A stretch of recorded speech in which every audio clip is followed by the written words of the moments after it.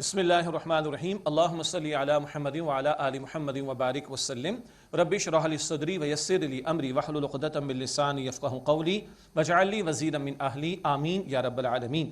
ناظرین کرام السلام علیکم ورحمۃ اللہ وبرکاتہ۔ خصوصی پروگرام دورہ ترجمہ قرآن حکیم کے 21 سپارے کا مطالعہ جاری ہے، سورۃ السجدہ کا مطالعہ جاری ہے، اور یہ مکی سورت ہے، اور نبی مکرم صلی اللہ علیہ وسلم جمعے کے دن فجر کی نماز کی پہلی رکعت میں اس کی تلاوت فرمایا کرتے تھے، اور بعض روایات میں ذکر ہے کہ رات کو سونے سے پہلے بھی اس کی تلاوت کا معمول رہا آپ صلی اللہ علیہ وآلہ وسلم کا۔ سورۃ السجدہ کی آیت نمبر 15 سے ہم مطالعہ شروع کر رہے ہیں، اور حسن اتفاق ہے کہ یہ آیت سجدہ بھی ہے۔ سورہ سجدہ آیت نمبر 15۔ اعوذ باللہ من الشیطان الرجیم، بسم اللہ الرحمن الرحیم۔ انما یؤمن بآیاتنا الذین اذا ذکروا بها خروا سجدا۔ بے شک ہماری آیات پر تو وہ ایمان لاتے ہیں کہ جب انہیں یاد دہانی کرائی جاتی ہے ان آیات کے ذریعے تو وہ سجدے میں گر پڑتے ہیں۔ وَسَبَّحُوا بِحَمْدِ رَبِّهِمْ، اور وہ اپنے رب کی تسبیح کرتے ہیں اس کی حمد کے ساتھ۔ وَهُمْ لَا يَسْتَكْبِرُونَ، اور وہ تکبر نہیں کرتے۔ آیت سجدہ ہے، آپ کو مسئلہ معلوم ہے، ہم بھی سجدہ ادا کر لیں گے بعد میں، اور آپ بھی ضرور ادا کیجئے گا انشاءاللہ۔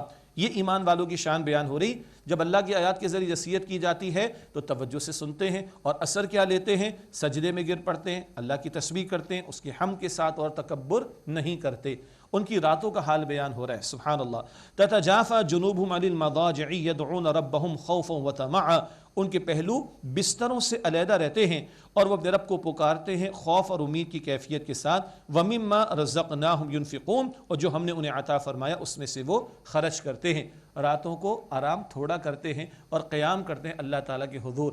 یہ ایمان والوں کی شان، ان کے پہلو بستروں سے علیحدہ رہتے ہیں، کچھ آرام بھی کرتے ہیں اور قیام بھی کرتے ہیں، اللہ کو خوف و امید کے ساتھ پکارتے ہیں اور اللہ کے عطا کردہ رزق میں سے خرچ کرتے ہیں۔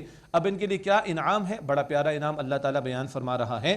فَلَا تَعْلَمُ نَفْسٌ مَّا أُخْفِيَ لَهُم مِّن قُرَّةِ أَعْيُنٍ، کوئی نہیں جانتا جو کچھ پوشیدہ رکھا گیا ہے ان کے لیے آنکھوں کی ٹھنڈک میں سے، جزاء بما كانوا يعملون، اس کی جزا ہے جو وہ اعمال کیا کرتے تھے۔ کیا اللہ نے تیار کیا ہم تصور نہیں کر سکتے۔ جنت کی نعمتیں ان امیجنیبل ہیں۔ حدیث مبارک بخاری شریف میں اللہ تعالیٰ فرماتا ہے میں نے اپنے نیک بندوں کے لیے وہ کچھ تیار کیا جو نہ کسی آنکھ نے کبھی دیکھا، نہ کسی کان نے کبھی سنا، اور کسی کے دل میں اس کا خیال بھی کبھی نہیں آیا۔ وہ ہے جو اللہ ہی جانتا ہے، اور اللہ جب اللہ اکبر میزبان ہوگا اور بندے جنت میں داخل کیے جا رہے ہوں گے تو اس کی میزبانی کا عالم کیا ہوگا اللہ ہی بہتر جانتا ہے۔ اللہم انا نسألک جنت الفردوس، اے اللہ ہم تجھ سے جنت الفردوس کا سوال کرتے ہیں۔ افمن کان مؤمنا کمن کان فاسقا، تو کیا جو مومن ہو وہ اس کے برابر ہو سکتے ہیں جو فاسق ہو؟ لا یستوون، یقیناً برابر نہیں ہو سکتے۔ اعمال الگ تو نتائج بھی الگ ہوں گے۔ اما الذین آمنوا وعملوا الصالحات، رہے وہ جو ایمان لائے جنہوں نے نیک اعمال کیے، فلہم جنات المأویٰ، ان کے لیے رہنے کے باغات، ریزیڈینشیل گارڈنز ہیں جنت میں باغات، نزلا بما كانوا يعملون، اس کے بدلے میں جو وہ اعمال کیا کرتے تھے۔ اللہ تعالیٰ ان لوگوں میں ہمیں شامل فرمائے۔ اس کے برعکس برے لوگوں کا برا نتیجہ، وَأَمَّا الَّذِينَ فَسَقُوا فَمَأْوَاهُمُ النَّارُ، اور رہے وہ جنہوں نے نافرمانی کی تو ان کا ٹھکانہ آگ ہے۔ اللہ تعالیٰ ہمیں جہنم کے عذاب سے محفوظ رکھے۔ كُلَّمَا أَرَادُوا أَن يَخْرُجُوا مِنْهَا أُعِيدُوا فِيهَا، جب بھی وہ وہاں سے نکلنے کا ارادہ کریں گے تو وہ اسی میں لوٹا دیے جائیں گے، مراد دھکیلا جائے گا اس میں۔ وَقِيلَ لَهُمْ ذُوقُوا عَذَابَ النَّارِ الَّذِي كُنتُمْ بِهِ تُكَذِّبُونَ، اور انہیں کہا جائے گا دوزخ کے عذاب کا مزہ چکھو، جہنم کی آگ کا، اس کے وہ کہ جس کو تم جھٹلایا کرتے تھے، جس کی تکذیب کی تھی، جس کو جھٹلایا، یہ لو آخرت بھی برحق، جہنم کا عذاب بھی برحق، اسی میں تم پڑے رہو گے۔ وَلَنُذِيقَنَّهُمْ من العذاب الادنى دون العذاب الاکبر لعلهم يرجعون، اور ہم انہیں ضرور بڑے عذاب سے پہلے چھوٹے عذاب میں مبتلا کریں گے، شاید کہ وہ لوٹیں، مراد اللہ تعالیٰ کی طرف رجوع کریں۔ اللہ تعالیٰ کا یہ قانون عذاب بیان ہو رہا ہے۔ ایک بڑا عذاب تو ہے آخرت کا، اور ایک کہ بھی قوموں کو مٹا دیے جانے والا معاملہ بھی آتا ہے، اس سے پہلے چھوٹے چھوٹے عذاب، آزمائشیں، تنبیہات آتی ہیں، کبھی قحط کا معاملہ، کبھی کسی اور بیماری کا معاملہ، کسی وبا کا معاملہ، اینڈ سو آن، جیسے آل فرعون پر معاملہ ہوا، دیگر اقوام پر معاملہ ہوا۔ یہ چھوٹے عذاب کیوں آتے ہیں؟ تاکہ لوگوں کے دل نرم ہوں اور وہ اللہ کی طرف رجوع کریں اور اعمال کی اصلاح کر کے اپنے آپ کو اللہ کی اطاعت میں لائیں، تاکہ اللہ کی رحمت کے مستحق ہوں اور اس کی پکڑ اور عذاب سے بچ سکیں۔ یہ اللہ تعالیٰ کے قانون عذاب کی ایک بہت اہم شق ہے جس مقام پر بیان ہوئی۔ فرمایا وَمَنْ أَظْلَمُ مِمَّنْ ذُكِّرَ بِآيَاتِ رَبِّهِ ثُمَّ أَعْرَضَ عَنْهَا، اور اس سے بڑھ کر ظالم کون ہوگا جس سے اس کے رب کی آیات کے ذریعے نصیحت کی گئی پھر اس نے ان سے منہ پھیر لیا یعنی اعراض کیا۔ اِنَّا مِنَ الْمُجْرِمِينَ مُنْتَقِمُونَ، بے شک مجرمین سے انتقام لینے والے ہیں۔ بہت سخت بات ہے۔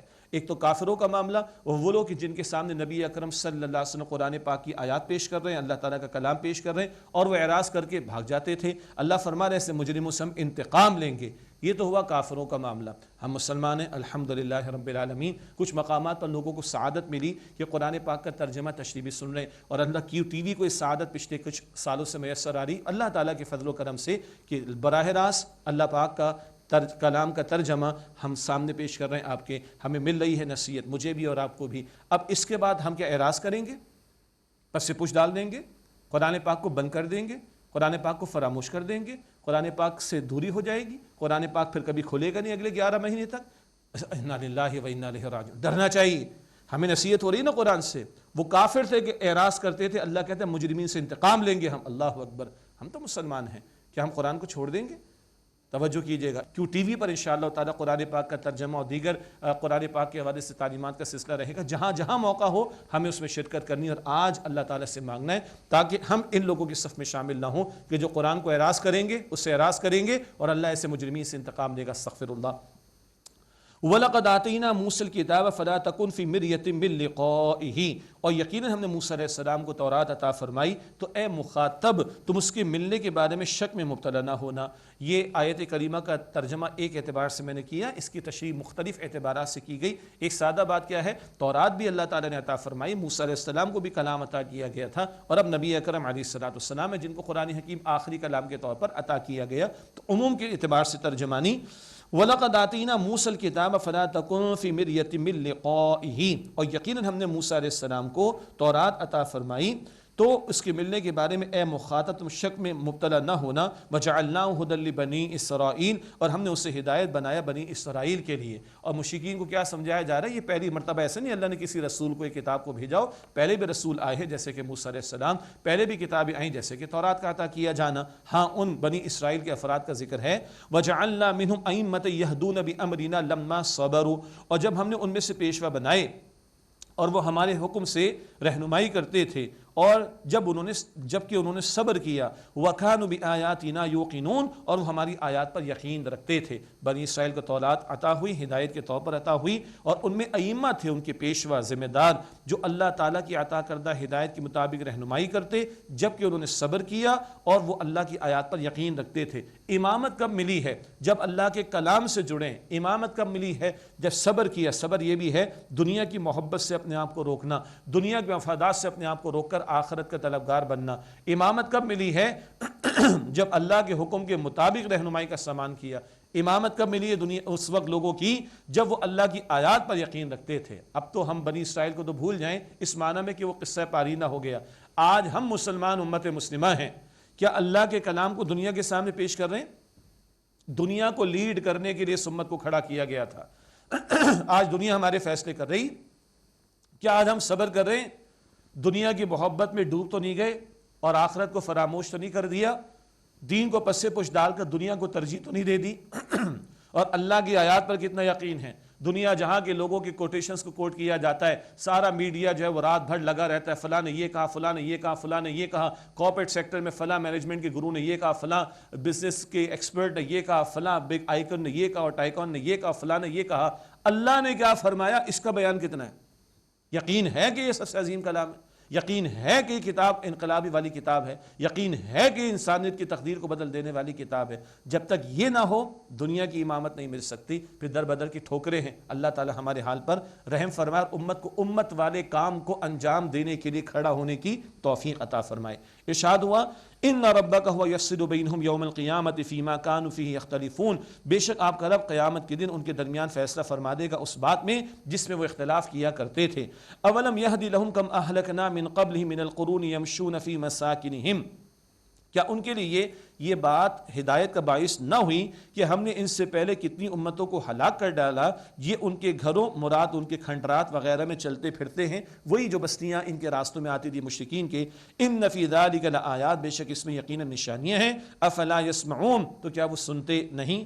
اولم یروا انا نسوق الماء الی الارض الجرز فنخرج به زرعا، کیا انہوں نے نہیں دیکھا کہ ہم خشک زمین کی طرف پانی کو رواں کرتے ہیں، پھر اس سے ہم کھیتی نکالتے ہیں۔ تأکل منہ انعامہم وانفسہم، اس سے ان کے مویشی کھاتے ہیں اور وہ خود بھی کھاتے ہیں۔ افلا یبصرون، تو کیا وہ دیکھتے نہیں؟ مردہ زمین کو اللہ زندگی دینے پر قادر، فصل اگا دینے پر قادر۔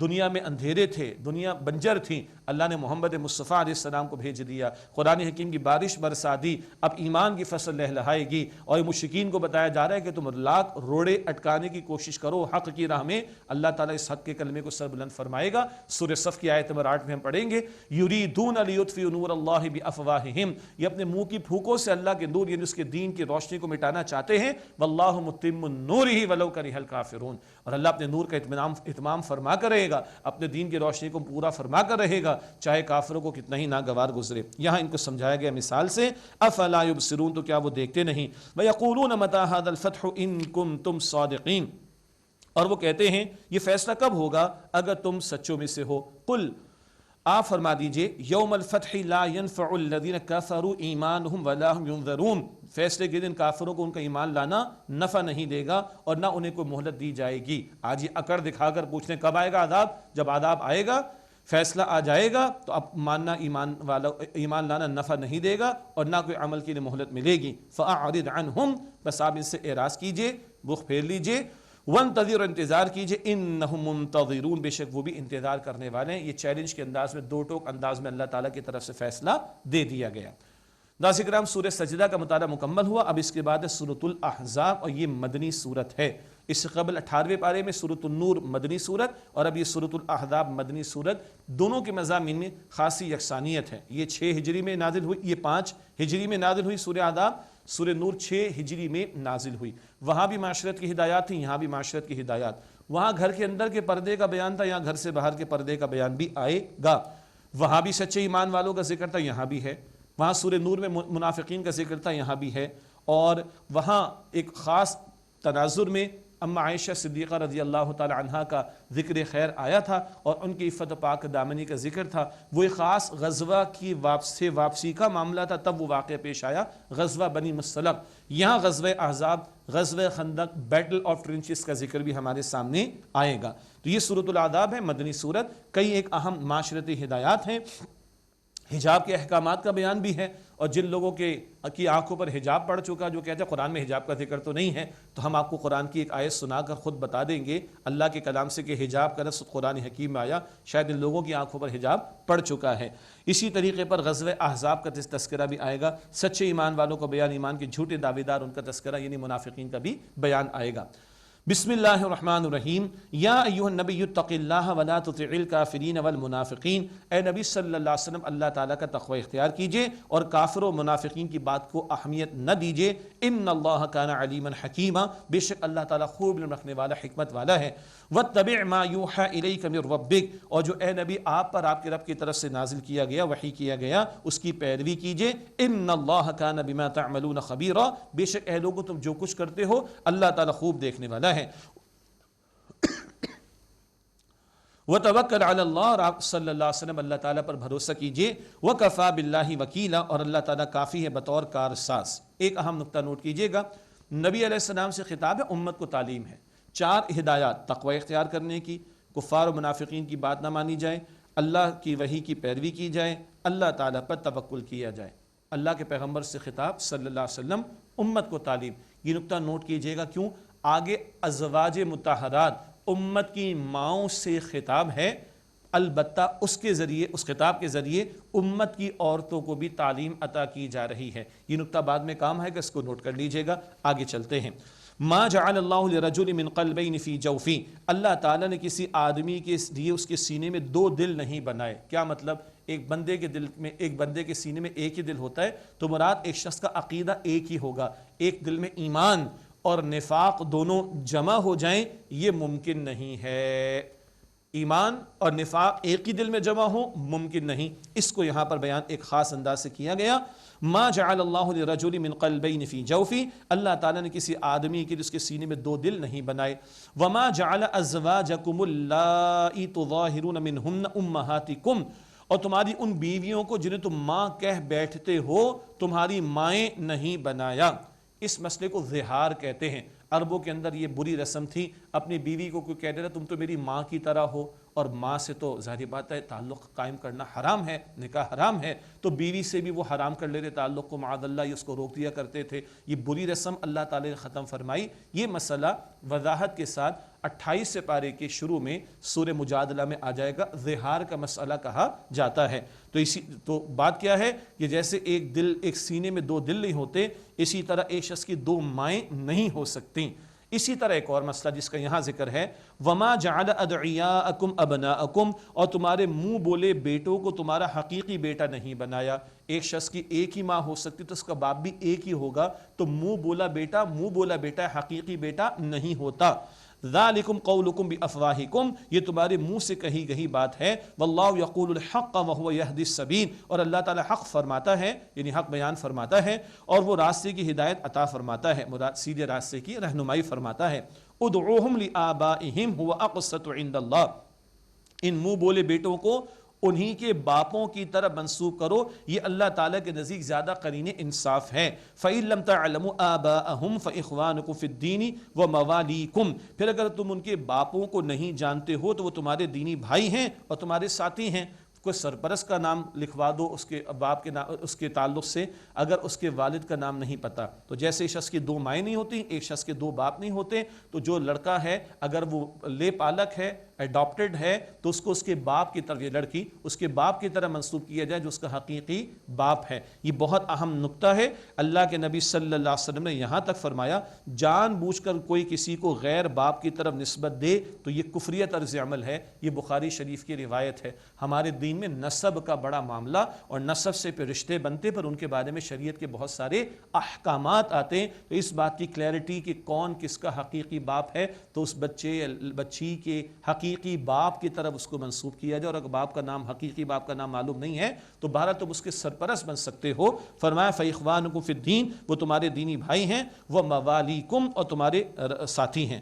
وَلَيْسَ عَلَيْكُمْ جُنَاحٌ فِيمَا أَخْطَأْتُمْ بِهِ، اور تم پر کوئی اس میں گناہ نہیں جو تم سے بھول چوک پہلے ہو چکی. وَلَكِن مَا تَعَمَّدَتْ قُلُوبُكُمْ، لیکن ہاں جو تم اپنے دل کے ارادے سے کرو گے اس پر اللہ کی پکڑ ہوگی. وَكَانَ اللَّهُ غَفُورًا رَحِيمًا، اور اللہ تعالیٰ بہت بخشنے والا نہایت رحم فرمانے والا ہے.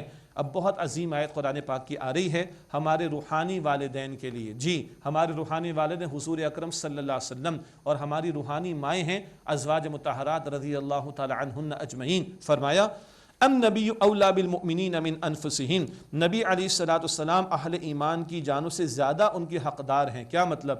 ہماری جانوں پر ہم سے زیادہ حضور کا اختیار ہے تصرف کے اعتبار سے، پھر تکریم کا پہلو، تعظیم کا پہلو، پھر ہمیں اپنی جان سے بڑھ کر اللہ کے رسول سے محبت ہو. جب تک یہ نہ ہو ہمارا ایمان مکمل نہیں ہو سکتا. مشہور حدیث ہے تمہارا ایمان مکمل نہیں جب تک کہ میں تمہارے نزدیک تمہارے والد، تمہاری اولاد اور سارے انسانوں سے بڑھ کر محبوب نہ ہو جاؤں. اور دوسری حدیث میں ہے کہ جب تک تمہاری جان سے بڑھ کر میں تمہیں محبوب نہ ہو جاؤں تمہارا ایمان مکمل نہیں ہو سکتا. بڑا پیارا جملہ مفسرین میں سے کسی نے لکھا کہ ہمارے دلوں میں جو ایمان کی شعاع ہے وہ ایمان کے جو نور اعظم ہیں، اللہ اکبر، جو محمد مصطفیٰ ہے صلی اللہ علیہ وسلم، ان کے پاس نور اعظم ہے ایمان کا، اور ہمارے دل میں جو آج ایمان ہے یہ اس نور اعظم کی ایک شعاع ہے. تو یہ شعاع اور وہ نور اعظم محمد مصطفیٰ علیہ السلام کا یہ ہمارا قلبی روحانی تعلق نبی اکرم صلی اللہ علیہ وسلم سے. تو اپنی جان سے بڑھ کر حضور سے محبت ہونی چاہیے صلی اللہ علیہ وآلہ وسلم. وَأَزْوَاجُ أُمَّهَاتُمْ، اور ان کی بیویاں امت کی مائیں ہیں، امت کے لیے ماؤں کا درجہ رکھتی ہیں. ہاں اس کے علاوہ جو احکامات ہیں، مثلا پردے کے احکامات، وہ امت کی ماؤں سے بھی پردے کا حکم آگے ذکر آ رہا ہے جی. اسی طرح ان کی بیٹیاں، ان سے نکاحوں کا معاملہ ہوا ہے. اسی طریقے پر وراثت وغیرہ کے احکامات، وہ تو حقیقی جو قریبی رشتہ دار ہوتے انہی پر ان کی اپلیکیشن ہوتی. وہ احکامات اپنی جگہ، مگر مرتبے کے اعتبار سے، تکریم کے اعتبار سے، اللہ اکبر، اور اعزاز کے اعتبار سے کیا ہے؟ وَأَزْوَاجُهُ أُمَّهَاتُهُمْ، اور نبی علیہ السلام کی ازواج وہ امت کی مائیں ہیں. اب وہ جو حقیقی رشتہ دار، قریبی رشتہ دار ہوتے اور جن سے متعلق وراثت وغیرہ کے احکامات ہیں، ان کا ذکر. وَأُولُو الْأَرْحَامِ بَعْضُهُمْ أَوْلَىٰ بِبَعْضٍ فِي كِتَابِ اللَّهِ مِنَ الْمُؤْمِنِينَ وَالْمُهَاجِرِينَ، اور رشتہ دار اللہ کی کتاب یعنی اس کے حکم کے مطابق ان میں سے بعض عام مسلمانوں اور مہاجرین کی نسبت ایک دوسرے سے زیادہ نزدیک تر ہیں. سارے مسلمان بھائی بھائی آپس میں ہیں، مگر وہ جو وراثت کی تقسیم ہوگی وہ تو جو حقیقی قریبی رشتہ دار ہیں انہی کے اندر ہوگی. یہ بات ہمارے علم میں ہے، اور سورہ انفال کے آخر میں بھی ایسی بات ہم پڑھ چکے ہیں. اِلَّا أَن تَفْعَلُوا إِلَىٰ أَوْلِيَائِكُمْ مَعْرُوفًا، الا یہ کہ تم اپنے دوستوں کے ساتھ کو حسن سلوک کرنے کا معاملہ کرنا چاہو. یہ بات بھی ہم پڑھ چکے. اگر وراثت میں کسی کا حصہ شریعت نے مقرر نہیں کیا تو 1/3 مال کی حد تک وصیت کرنے کی اجازت ہے، غیر وارث کے لیے وہ کی جا سکتی ہے. کان ذلک فی الکتاب مستورا، یہ بات اللہ تعالیٰ کی کتاب میں لکھی ہوئی ہے. وَإِذْ أَخَذْنَا مِنَ النَّبِيِّينَ مِيثَاقَهُمْ وَمِنْكَ وَمِن نُوحٍ وَإِبْرَاهِيمَ وَمُوسَىٰ وَعِيسَىٰ ابْنِ مَرْيَمَ، اور یاد کیجئے جب ہم نے انبیاء سے ان کے عہد کو لیا معاف کیجئے گا، یاد کیجئے جب ہم نے انبیاء سے ان کا عہد لیا، اور اے نبی علیہ السلام آپ سے بھی، اور نوح علیہ السلام اور ابراہیم علیہ السلام اور موسیٰ علیہ السلام اور عیسیٰ ابن مریم علیہ السلام سے بھی. وَأَخَذْنَا مِنْهُمْ مِيثَاقًا غَلِيظًا، اور ہم نے ان سے پختہ عہد لیا. ایک رائے ہے کس بات کی؟ ان پیغمبروں اور رسولوں سے عہد لیا اللہ تعالیٰ کی اطاعت کرائیں گے، لوگوں سے جا کر اس بات کی دعوت دیں گے، اور دین کی دعوت کی محنت، دین کی قیام اور اس کی نفاذ کی جد و جہد کی محنت، اس محنت کے کرنے کا وعدہ لیا تھا. لِيَسْأَلَ الصَّادِقِينَ عَنْ صِدْقِهِمْ، تاکہ اللہ ان سچوں سے ان کی سچائی کے بارے میں سوال کرے. وَأَعَدَّ لِلْكَافِرِينَ عَذَابًا أَلِيمًا، اور اللہ تعالیٰ نے کافروں کے لیے دردناک عذاب تیار کر رکھا ہے. ناظرین کرام، اس کے بعد اگلے 2 رکوعوں میں غزوہ احزاب کا بیان ہے. شوال 5 ہجری غزوہ احزاب کا موقع ہے. شوال کا مہینہ 5 ہجری یہ غزوہ احزاب کا موقع. ایک قبیلہ تھا بنو نذیر یہود کا، ان کے خلاف اقدام نبی علیہ السلام نے 4 ہجری میں فرمایا تھا. ان لوگوں نے سازش برپا کی ہے. سارے عرب سے لشکروں کو تیار کیا گیا. تقریباً 12,000 کفار کا لشکر تیار ہوا، اور 2,500 سے 3,000 اہل ایمان مدینہ منورہ میں موجود تھے. اللہ کے نبی علیہ السلام نے مشورہ فرمایا اور دفاع کے لیے خندق کھودی، اور اللہ شمال مغرب جو حصہ تھا مدینہ شریف کا وہاں خندق کھودی گئی. اللہ کے نبی مکرم علیہ السلام خود بھی خندق کے کھودنے کے عمل میں شریک عمل رہے، اور آپ نے اپنے پیٹ پر پتھر بھی باندھ دے. صحابہ کرام نے مشقت جھیلی، آپ نے بھی جھیلی. بھوک برداشت کی، آپ نے بھی برداشت کی. اور 1 مہینے تک کا مدینہ شریف کا محاصرہ رہا. اوپر سے بھی نیچے سے بھی ہر طرف سے لشکر آ گئے. اللہ تعالیٰ نے حفاظت فرمائی. 1 مہینے کے بعد زوردار ہوا چلی، اور پھر سارے ان کی دیگیں الٹ دی، اور ان کے یعنی کفار کے لشکروں کی دیگیں الٹ دی اللہ تعالیٰ نے، اور ان کے خیموں کی رسیاں ٹوٹ گئیں، اور یہ لشکر ناکام ہو کر واپس چلا گیا. کچھ اور باتیں مزید بعد میں آئیں گی. اب اگلے 2 رکوع میں یہ غزوہ احزاب، غزوہ خندق، بیٹل آف ٹرنچز کا بیان ہے.